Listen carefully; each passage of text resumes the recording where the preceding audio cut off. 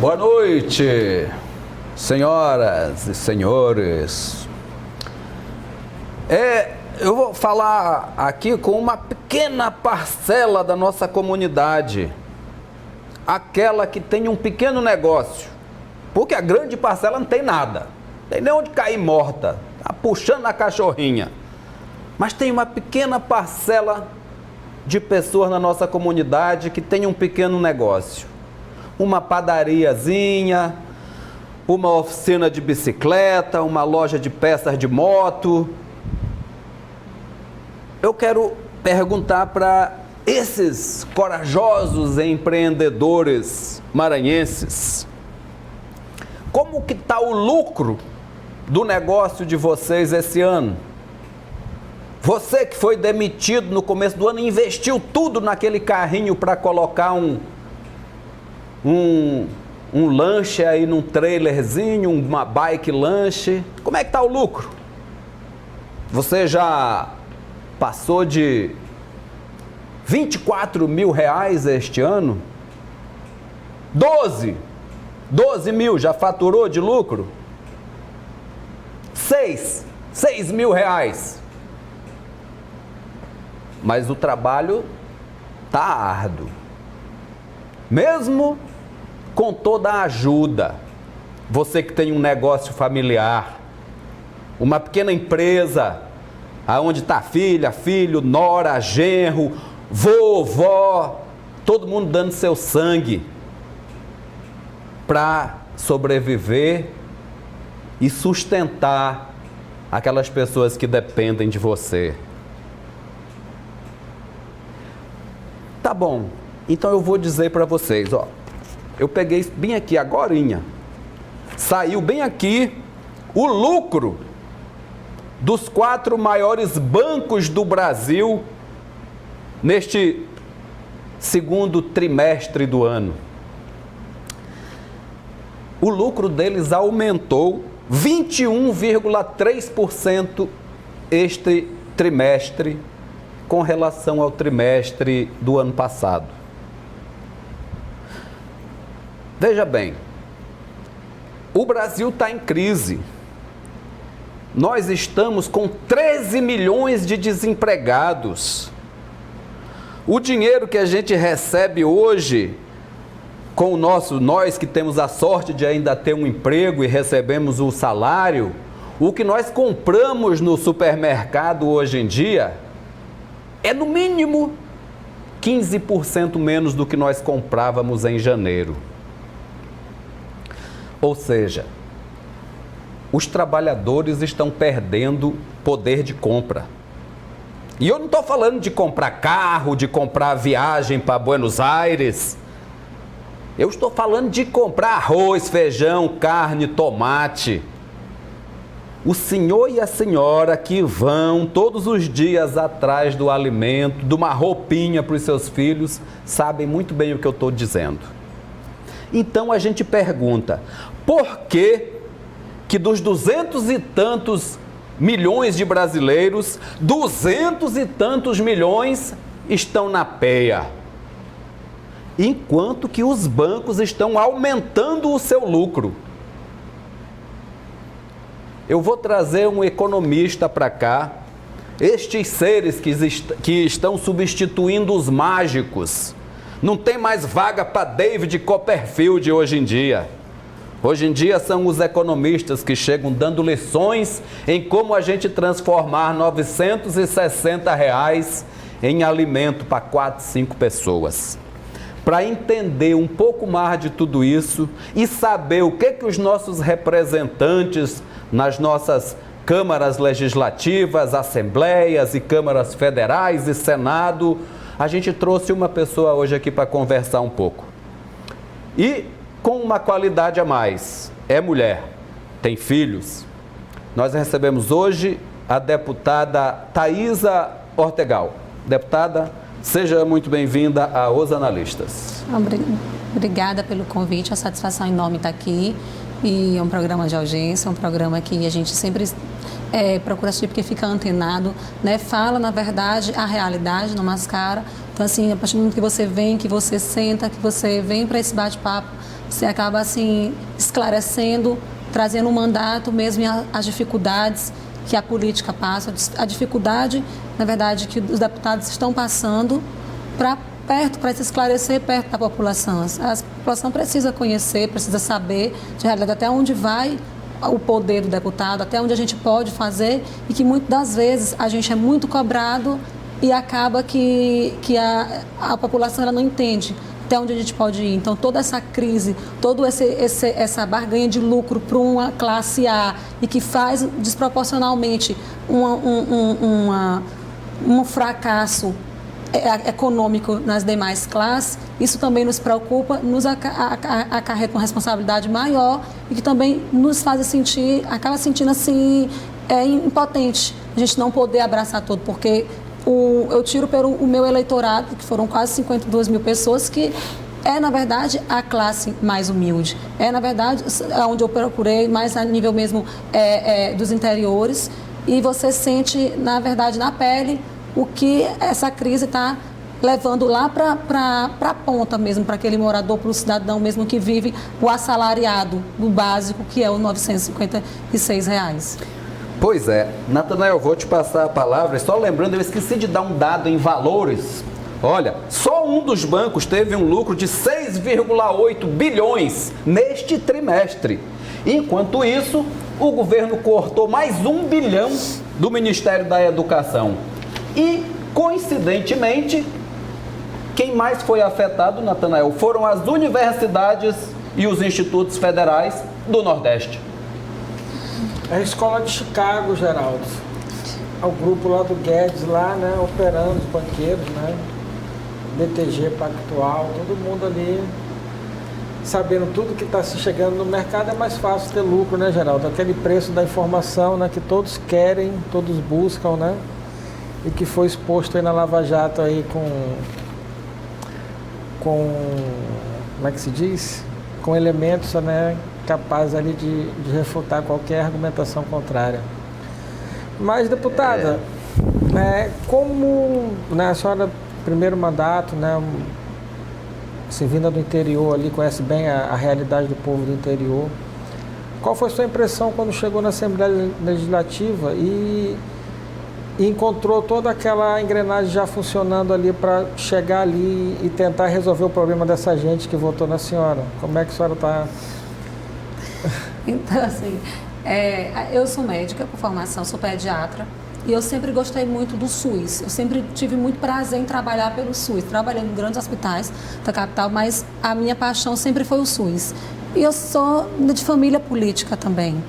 E eu casei com um político, então fiquei responsável, na verdade, por duas grandes regiões, que é o Baixo Parnaíba e a Baixada Maranhense. E quando eu atuei, aí de 7 anos, sim, dos meus 7 anos, 8 anos que eu vou fazer de formada, aí 7 anos eu atuei na Baixada Maranhense. Nós estamos falando da região mais pobre do Maranhão. Então, assim, eu posso dizer que eu sei o que é a miséria, eu sei o que é a pobreza, eu sei o que é você chegar na casa de uma mãe de 5, 6 filhos e não ter nada para comer ao meio-dia. Então, assim, quando você entra dentro da política, que não foi uma coisa que eu sonhei para mim, não foi, nunca almejei cargo, aconteceu, eu digo que nada acontece sem a vontade de Deus, sem a permissão de Deus, e aí eu entrei com o intuito.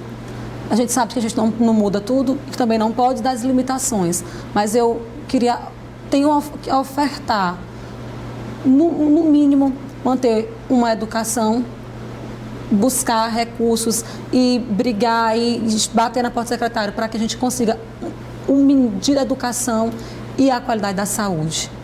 Porque é onde eu vejo que mais sofre, é onde aperta, que a gente suporta tudo, mas a saúde ela é emergencial. Deputado, deixa eu lhe perguntar uma coisa, então, já que a senhora entrou nessa questão do SUS, inclusive, eu já li, Natanael, vários artigos que diz que o SUS é um dos maiores programas de saúde do mundo. No entanto, doutora Thaisa, a maior parte da verba que financia o SUS, ou talvez toda ela, vem do governo federal. E parece que nós estamos tendo um ataque no SUS. O governo federal acabou de cortar vários remédios que eram distribuídos, remédios caríssimos que custam mais do que um salário bom. E a senhora acha que o SUS corre risco? O Brasil corre risco.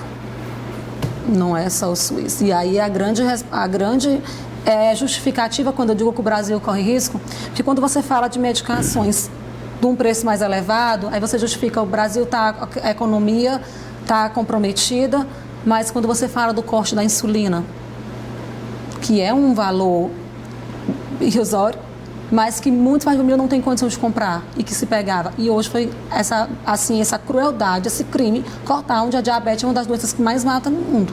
E aquele remédio para quem é transplantado, que também foi cortado? As imunoglobulinas, albuminas, todas foram cortadas. E assim, dos repasses dos cortes da educação, veio agora para a saúde. E a resposta disso é o que você vê, as filas aumentando, serviços tendo que ser fechados. Então, Maranhão teve aí uma rede que se expandiu muito. Mas para quem visava a economia, não precisava ser um especialista que não teria condição de manter. Então, nós médicos começamos com o valor do plantão, certo? E foi baixando, outro de Maranhão chegou no nível que não tem mais como diminuir salário de médico. E com isso, a rede muito extensa, com esse corte, o Estado ele não consegue pagar. Os médicos têm, por isso, esse atraso. E aí, quando você vai para falar de hospitais universitários, que também faziam um grande serviço, a exemplo do Dutra, que foi cortado 10 milhões para o Maranhão, ele está andando a passo tartaruga, fazendo o básico do básico com muita dificuldade. Então, assim, é uma crise que eu não sou economista, não é muito o meu forte, mas assim, o que eu posso ver é que o Brasil, se continuar por esse caminho, se for ainda como é que eu posso dizer, nessa expansão de cortes e de gastos assim surreais, porque para algumas áreas existe uma grande expansão e as prioridades do Brasil estão sendo redução. Então, se continua assim, o Brasil vai terminar assim, em alerta, em alarme mesmo, e eu vejo que o Brasil vai em crise, falência completa, porque eu não vejo como tirar o Brasil de uma crise dessa, onde cada vez um presidente que não tem diálogo, presidente que não procura conhecer a região mais pobre do país e que, além de tudo, ainda faz corte nas áreas principais, que tanto é saúde e educação. Tá, nós fazemos nosso intervalo e voltamos essa discussão aqui com a deputada Thaisa Ortegal, já. Voltamos aqui com os analistas. Hoje recebemos a deputada estadual Thaisa Ortegal. Sabia que o pai dela foi meu professor na escola, Natanael? Você me falou outro. Pois é, os Ortegal eram bons de química, até me influenciaram. Doutora, um outro problema grave da Baixada, que inclusive é foco do seu interesse, é o transporte. Nós tivemos esse inverno rigoroso aqui no Maranhão esse ano. As nossas estradas estão um caos. Tanto as federais quanto as estaduais, as vicinais nem se falam. E nós temos o ferryboat, que é o principal meio de transporte para a Baixada, inclusive com um volume de transporte de veículos enorme. A senhora luta para melhorar esse serviço. A gente pode agora contar com um serviço mais barato, que o serviço de ferryboat no Maranhão ainda é mais caro que o do Rio de Janeiro. Essa é uma luta minha, julgo que é o meu karma, o grande karma desse meu mandato, porque eu comprei e eu pedi muito assim, quando eu usei a tribuna pela primeira vez, eu falei que essa seria uma da minha maior meta, que a gente conseguisse regularizar, que a gente conseguisse ofertar um serviço de qualidade, porque não é um serviço barato, na verdade, eu posso te afirmar já por pesquisa, que é o mais caro do Brasil e o de péssima qualidade. Hoje você lida com transportes que são enferrujado, que não tem mínimo de higiene, não tem um ar-condicionado que funciona, as televisões não funcionam, não tem nenhum controle de ruído sonoro, que é altamente lesivo para os idosos, para os cadeirantes. Ficar na área embaixo dos que oferecem, eles são extremamente desconfortáveis, as cadeiras não têm nenhum acolchamento. Então, assim, você paga por um serviço que vem aumentando o preço e não tem a qualidade, sem falar do risco iminente, que eles dão aí várias panes no meio da Bahia. Nós só conseguimos avançar nós pedimos para identificar os coletes por tamanho, porque eram todos jogados. Então, assim, numa emergência você não sabia qual era o colete que pegava. Então, isso nós conseguimos organizar no dia 28 de fevereiro, que começou, essa foi sexta-feira de carnaval. Nós fizemos uma operação junto com o PROCON, com a EMAP, com a MOB, todos no ferryboat. Então, isso já foi detectado e já conseguimos organizar, etiquetar. E também foi um projeto de lei nosso que garante que todo ferryboat tem que ter o kit de emergência. Então, assim, você atravessa entre 1h30 a 2 horas. Chega que o ferry que sai às 20 horas do Cuju para São Luís, ele passa 2 a 2 horas porque vai contra a maré. Então, é o ferry mais demorado. Então, nessa travessia, já me deparei com idosos tendo parada cardíaca, outros, criança que faz transporte para fazer hemodiálise. E os vários pacientes que fazem todos os dias tendo parada, tendo a apneia. Então, assim, não tem um aparelho de verificar a pressão. Então, isso, as ambulâncias, que é essa processão de ambulância para São Luís, que vem toda a Baixada, é que pega e empresta um oxigênio, que empresta um aparelho de glicemia. Então, assim, no meio da Bahia, o que é que você faz se não tem nada?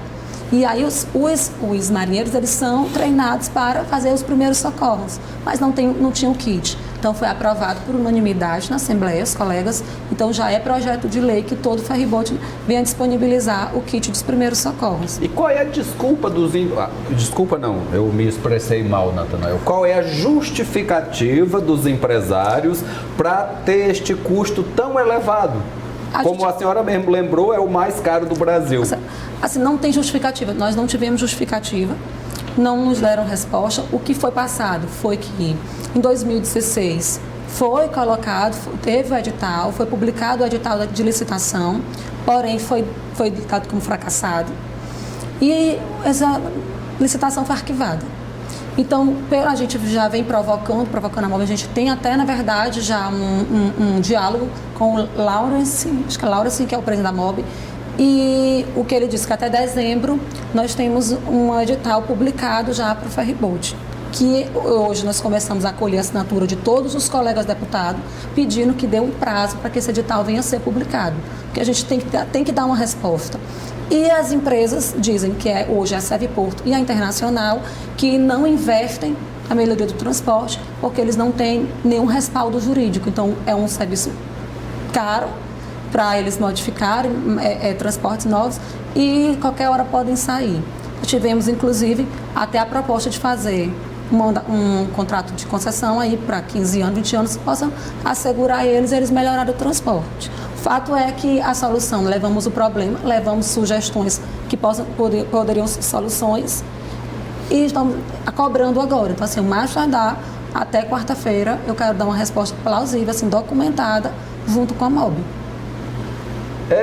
Seu Lawrence Melo. Delegado, vamos ajudar a deputada. Eu também já penei um bocado aí nesses ferryboats. Minha mãe outro dia veio infartada dentro de uma ambulância.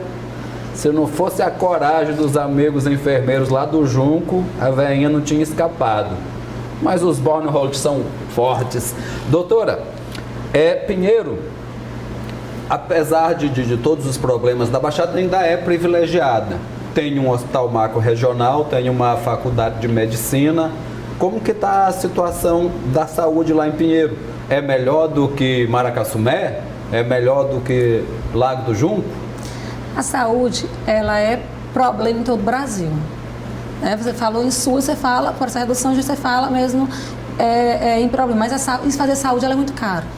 Fazer saúde é muito caro porque o fluxo muito grande. Pinheiro ela é pactuada com 18 municípios, que é a região Polo Central, mas hoje Pinheiro atende 42 municípios. Nós não recebemos nenhuma ajuda do governo do estado. Nós somos aliados do governador, mas não tem o repasse fundo a fundo que foi acordado, não passa. Mas assim, a ordem do prefeito Luciano é que não fechem as portas, porque quem procura saúde é porque está precisando. Ninguém vai para o hospital passear, né? Então, assim, você fechar a porta é uma maneira assim, desumana. E assim, você vem trabalhando, desde que Luciano assumiu, na bandeira, na tecla da humanização. Quem sustenta o Hospital Macro-Regional de Pinheiro é a Prefeitura? Não. Nós estamos falando do Anteno Abreu e Materno. Macro-regional é o Estado, mas macro-regional, ele é porta fechada. ele só entra por regulação. O paciente já vem conduzido dos outros municípios. Isso. Então, assim, todas as emergências dão entrada no Antenor Abreu, que é o hospital de média e alta complexidade do município. O município tem 2 hospitais. A maternidade, que é o materno-infantil, que foi toda reformada. Ela conta com 6 leitos de UTI neonatal, sala de parto humanizado, serviço de ultrassom 24 horas.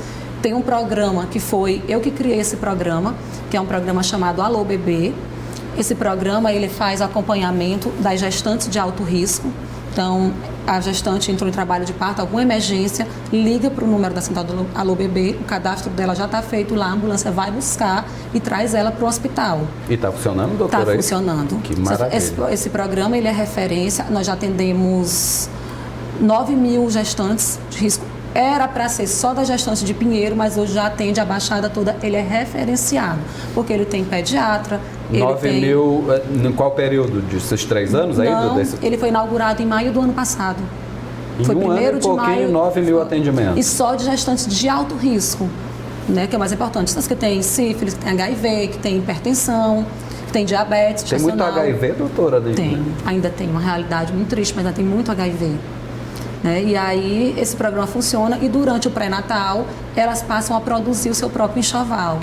Então nas oficinas fazem biscuit, fazem bordado. Então assim, é toda uma equipe multidisciplinar que trabalha, multiprofissional que trabalha, que está envolvido nesse Alô Bebê. Então esse programa foi até referenciado no debate dos candidatos ao governo do estado.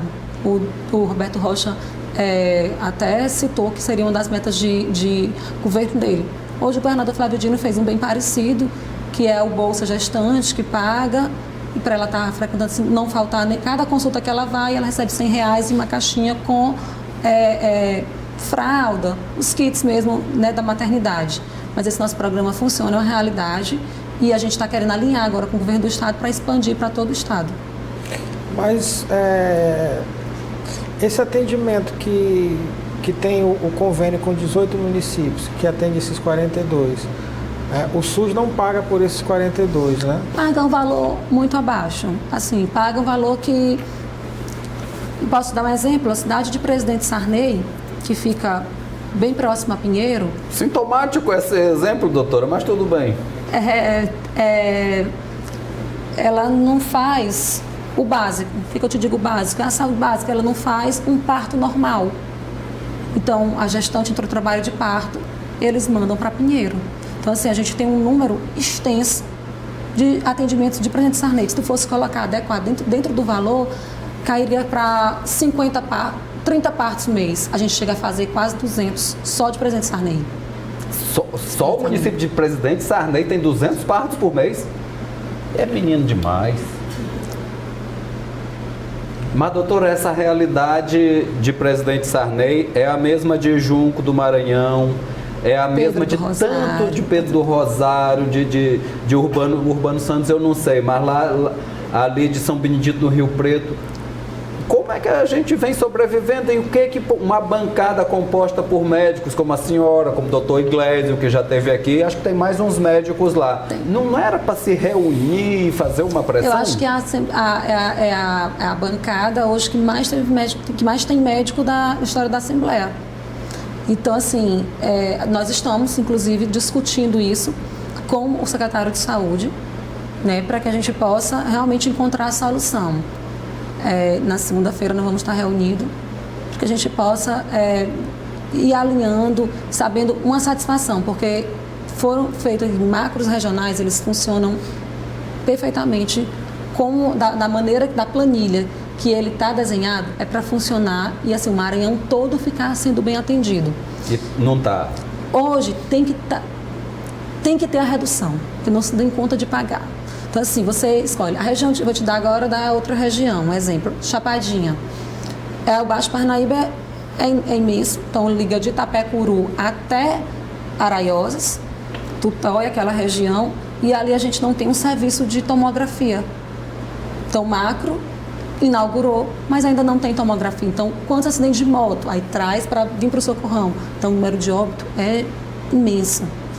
Então, já te levando Bacabal, Santa Inês, tem 2 serviços de neurocirurgia, 2 hospitais com tomógrafo. E a proximidade dessas regiões, por mais populosas que elas sejam, mas assim, uma região ela está sendo beneficiada e tem outra enorme que não está sendo beneficiada. Então, assim, tem que ser uma distribuição equilibrada, para que a população não venha sofrer e está evitando esse deslocamento dos interiores para São Luís o tempo todo, porque vai sobrecarregar aqui. Só para concluir esse bloco, tem 30 segundos. Está melhorando a saúde? Tá se mantendo como estava. Acho que nem melhor nem pior, está conseguindo se manter. Vamos fazer mais uma paradinha e voltamos já, que eu vou perguntar de novo isso aqui para a deputada. Voltamos aqui. O assunto, né, Natanael, acabou virando mais para a saúde por conta da deputada ser médica. Pois é, queria entrar na política agora. Como é que está a política de Pinheiro, deputada? Eleição se aproximando aí, a gente vê lá o doutor Léo, né, se colocando o seu nome aí como pré-candidato, tem o grupo do prefeito, né, Luciano Genésio, tem outros candidatos também no entorno ali. Como é que está a política de Pinheiro e como é que estão essa movimentação? A política de Pinheiro acho que é sempre uma das mais quentes do Maranhão, bem disputada, né? E historicamente eram dois grupos que brigavam muito, né? Que se disputavam bastante, que era a família Mendes e a família Genésio, né? Que é o Filuca e o Luciano.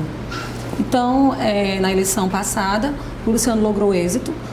Foi uma campanha assim, muito linda, a campanha mais bonita que eu já vi, porque foi uma campanha onde teve o Filuca indo para sua reeleição, o doutor Leonardo Sá com o apoio do governador e o Luciano sozinho, né? Então, sozinho, sem apoio de nenhuma grande liderança.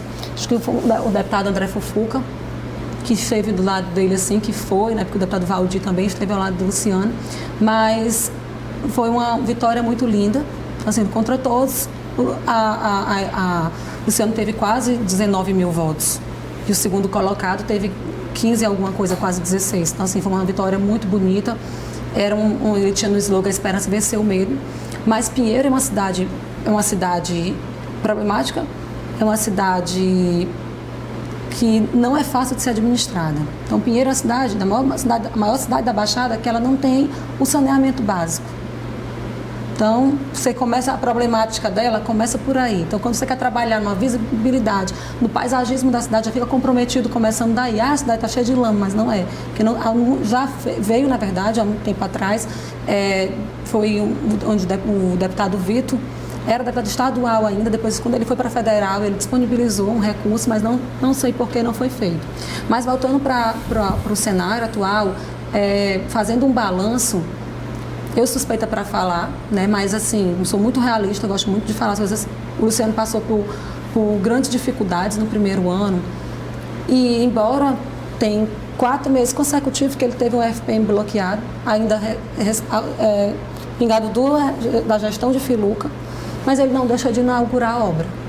Esse ano já vai entregar no aniversário da cidade a feira, que há 20 anos não tem uma reforma, onde ele está entregando o primeiro pavilhão da feira.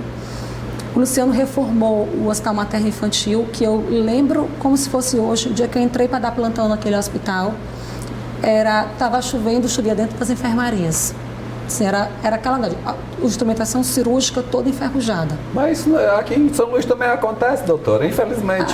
Mas assim, a gente que é médico, que é mãe, e o lado sensível, a gente não pode estar, porque ali... Imagina a mulher parida bem ali, amamentando e se segurando o guarda-chuva, porque a goteira está batendo. E assim, hoje, o Centro de Especialidade Médica de Pinheiro tem especialistas que nunca Pinheiro teve. Tem oncologista, tem hematologista, tem otorrino, tem urologista. Isso é pela articulação. Foi feito um convênio da prefeitura com a UFMA, e esses professores que estão lá dando aula queriam para fazer um ambulatório de estágio com seus alunos, então eles vieram para o município. Então, fizeram esse convênio, isso quem acabou ganhando a população de Pinheiro. Recentemente, o prefeito adquiriu um tomógrafo, um mamógrafo, densitometria. Os hospitais têm serviço de ultrassom 24 horas, os 2 hospitais. Então, assim, avançou muito. né? Uma instituição de médico, nós temos neonatologista, nós temos pediatra, obstetra, o materno infantil, a partir do ano que vem já vai ter residência médica em obstetrícia, então, assim, algo que não foi visto.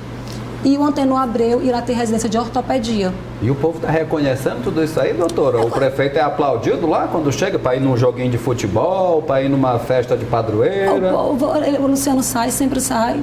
O Luciano sempre sai, sempre está no meio do povo. Eu digo que ele é um homem muito público. O Luciano é um homem festeiro, gosta de estar no meio de gente. E assim, com todas as dificuldades. Eu acho que a maior dificuldade do Luciano hoje... Porque tem prefeito no interior que pode sair, não, né, doutora? Mas assim, com toda a dificuldade do Luciano hoje, eu acho que a maior... Assim, para no sapato dele se torna a questão da infraestrutura. O inverno é muito rigoroso, então assim, as estradas vicinais ficaram intrafegáveis por um bom período, mas hoje ele lançou o programa, acho que há uns 15 dias atrás, pró-vicinal, então nas 4 frentes dos polos que já estão na zona rural, e também cobrar do governo do estado, que eu cobro muito, os 20 quilômetros de asfalto que o governador pediu para que ele venha fazer Pinheiro, porque Pinheiro muito esburacado. Assim, a maior reclamação do Luciano se torna isso hoje, a questão da infraestrutura. A população reclama muito. E o governo está atendendo? A última vez eu estive com o secretário Cleiton Noleto, ele disse que o governador já tinha autorizado, que era para aguardar passar o inverno. Então, eu vou estar com ele na próxima semana já para saber o dia que essa máquina vai. Eu gosto muito de trabalhar o dia. Qual é o horário que a máquina vai estar lá. Não gosto de cobrar. Porque quando eu vou passar para o eleitor, ele vem me cobrar. Então, eu tenho que ter a resposta, né? Mas, assim, num balanço, eu acho que positivo. Eu acho que se manter nessa linha, se ele se manter mais presente, se ele manter, assim, perto do eleitorado dele, do povo, acredito que o senhor não consegue lograr isso na eleição do ano que vem. Com relação, a senhora falou sobre saneamento básico, né? Qual hoje é a taxa de saneamento básico de Pinheiro? É 0 ou tem alguns pontos que funcionam, tem alguma estação de tratamento? Eu acredito que 0. Não tem assim, porque eu vejo, foi feito, a Caima, na verdade, inclusive começou a fazer, e onde tinha acabado de passar o asfalto, eles começaram a quebrar. Então, tornou outro problema. São Luís também é assim. Enorme. É tudo sintomático, né? Mas assim, só para a gente não deixar de falar... Só uma pergunta, mas existe um projeto, assim, a prefeitura já projeto de saneamento da cidade, já existe. E buscar recursos no Banco Mundial. E a geografia lá é complicada, já existe, Pinheiro, né? Muito. Lá asfalto demora muito por conta da baixa, muito alagado, muito mole, então asfalto lá você coloca o Rio Pericumã na beirinha da cidade também, tem os campos. E assim, tem um estudo, e se eu não vou te dar aproximadamente média de 14 a 18 milhões esse projeto que foi aí para ele ser executado, projeto que tem feito. Atenderia toda a cidade? Atenderia. Mas aí, por outro lado, quebraria o asfalto da cidade de ponta a ponta. Aí teria que ter outro recurso para asfaltar a cidade novamente. Mas é essencial isso, né? É essencial porque a gente não consegue falar... O reflexo vai bater na saúde, né? A gente não consegue falar. Primeiro que você fala em saúde básica, se você não tem saneamento. É porque, deputada, né, o político, né, tem aquela máxima antiga, né, Geraldo, que obra embaixo da terra não dá voto. Não dá voto. Né? Mas dá hoje qualidade de vida, né? Mas hoje em dia mudou muito isso, né, e acho que as redes sociais, né, promoveram um avanço de cobrança, né, de acompanhar mesmo a real do que está acontecendo. Então, acho que a mentalidade tem que mudar. Acho que o esforço coletivo para isso aí seria... fenomenal. E você ser sincero, porque hoje a população está cobrando, ela está acompanhando, a rede social está aí, e assim, do jeito que a rede social ela lhe eleva, ela também abate. Né? Então, assim, não adianta querer mascarar, maquiar, não adianta mentir. Você tem que falar a verdade, o que você pode fazer, por que não foi feito, qual é o prazo que vai ser feito. Você vai poder, não adianta dizer que é para hoje, amanhã, porque a população não está perdoando. E aí, quando você chega, você é cobrado, é desmascarado, e o eleitor fala na cara mesmo. Eu, que sou muito, assim, sempre muito positiva, eu gosto muito desse estilo, dessa nova política. Verdade e rede social é meio quase que nem água e óleo, né? Existe mais verdade. É muito complicado. Mas vamos, por falar em rede social, bora brincar de bloqueio ou compartilha.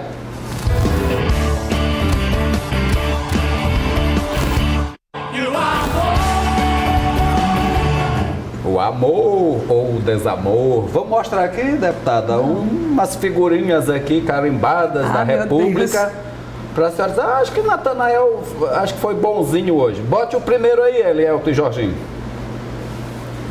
Opa! Governadora Rosiana Sarney, com um olhar assim meio de esguelha. Será que ela está, perplexa? A senhora bloqueia ou compartilha? Compartilho. Compartilha? Compartilho. Tem uma pessoa, uma mulher que eu tenho muita admiração, tenho muito respeito. Acaba aqui sendo acho que um entusiasmo para todas as mulheres assim que têm aquela vontade, aquela pitada para entrar na política, levar um exemplo de mulher, acho que fez o seu registro, sua parcela de contribuição para o seu estado, para uns ruim, para outros bons, mas ela deixou a sua parcela de contribuição, muito contribuiu para o Maranhão e acho que tem toda a minha admiração, todo o meu carinho, respeito, assim, eu particularmente sou uma fã dela. Arrasou, olha aí, Rosiana, vou convidar a Rosiana para vir para cá, Natanael. Vamos ver, o segundo nome. Tá aí, ó, a ministra da Mulher, como é, Natanael, o nome lá? Ficou tão ampla a secretaria dela, Mulher, Direitos Humanos, Coelho, Rabicó, Damares Alves. A senhora bloqueia ou compartilha? Compartilho. Damares, ela tem sido muito acessível.